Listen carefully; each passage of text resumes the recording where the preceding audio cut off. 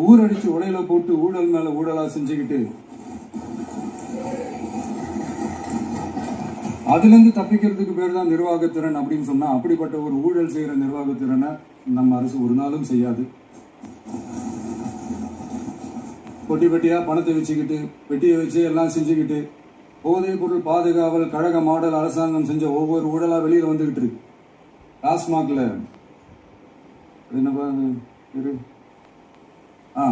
Party fund கட்சி நிதி அப்படின்ற பேர்ல அடிச்ச கொள்ளையெல்லாம் ஒண்ணு ஒன்னா இப்போ கவர்மெண்டோட கஜானாவுக்குள்ள கொண்டு சேர்த்துக்கிட்டே இருக்கிறோம்.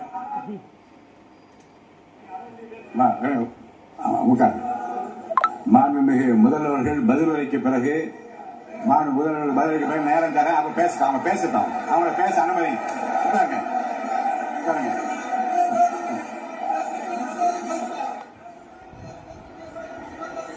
மாண்புமிகு நான் அலோவ் பண்றேன் உட்காருங்க.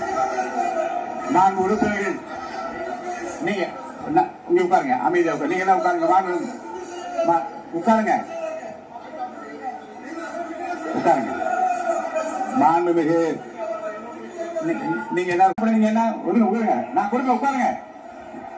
நான் பாயிண்டா கொடுங்க, நான் கொடுக்குறேன். உட்காருங்க.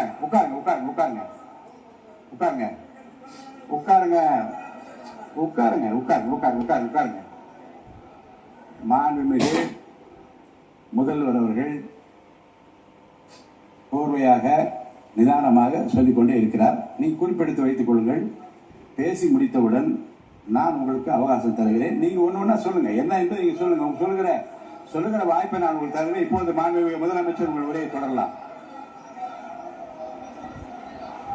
முயற்சி செய்வது அவர் ஆளும் கட்சியாக இருக்கின்ற போது நான் சொல்லிடுறேன் பிளீஸ். ஒரே நிமிஷம் நான் சொல்லிடுறேன் பிளீஸ்.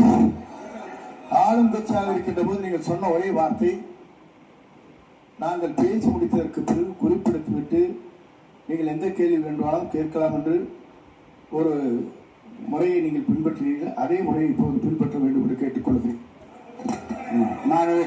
பள்ளிக்கல்வித்துறை அமைச்சர் மாண்புமிகு பேரவைத் தலைவர் அவர்களே, நேற்றைய தினம் கூட எதிர்க்கட்சி தலைவர் சொன்னதை முழுமையாக கேட்டு இறுதியில் ஒரு வாய்ப்பு தந்தீங்க. அதுவும் இல்லாம இந்த நேரத்தில் நேரலையில் நீங்களும் பாக்குறீங்க. அங்கிருந்து ஏழை உரிமையில் விழித்து இந்த பக்கம் இருக்கிற உறுப்பினர்களை பார்த்து ஏழை அப்படின்னு உரிமையில் விழிப்பதை உங்கள் மூலமாக கண்டிக்கிறேன். அந்த வார்த்தையை அமைப்பிற்குள்ள இருந்து நீக்கணும். கண்ணியம் காத்து முதல்வர் முழுமையாக பேசுவதை காத்து கண்ணியம் காத்து இது சபைக்கு ஒரு மரபு இருக்கிற